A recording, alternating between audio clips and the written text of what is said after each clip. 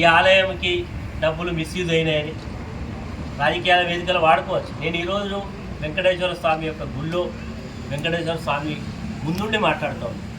ఈ ఆలయ నిర్మాణానికి అయిన ప్రతి పైసా ఖర్చున్నది.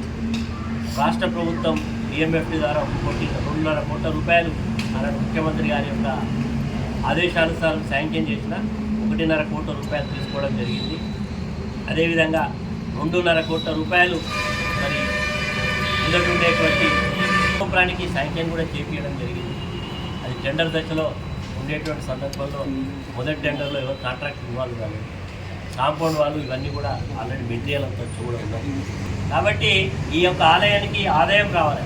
పక్కనే షాపింగ్ కాంప్లెక్స్, అదేవిధంగా అర్చక స్వామి ఉండడానికి, ఇక్కడ పనిచేసే వాచ్మెన్ కానీ సూపర్వైజర్ కానీ ఉండడానికి బిల్డింగ్ నిర్మాణం చేసి ఆలయం నిర్మాణం చేస్తే ఎమ్మెల్యే గారు గెలిచిన మొదటి మరి ఆయన యొక్క శక్తి ఈ ఆలయం మీద చూపెట్టిండు.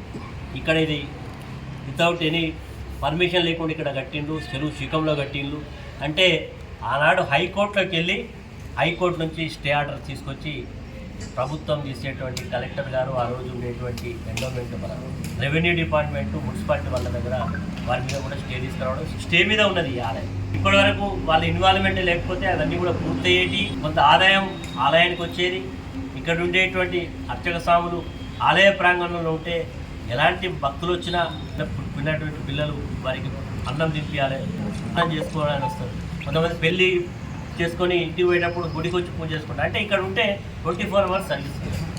అదే కాకుండా కొన్ని అశుభ కార్యాలు జరుగుతాయి. గుళ్ళో పడుకోవాలంటే కూడా ఇక్కడ కనీసం ఓపెన్ టాయిలెట్స్ కూడా పెట్టుకోరండి. వర్షాకాలం వస్తే ఆ పైన భోజనం నిత్యం అన్న ప్రసాదం పెట్టుకోవడానికి అవకాశం. ఇట్లా అనేక కార్యక్రమాలు దూరదృష్టితో ఆలోచన చేస్తాం.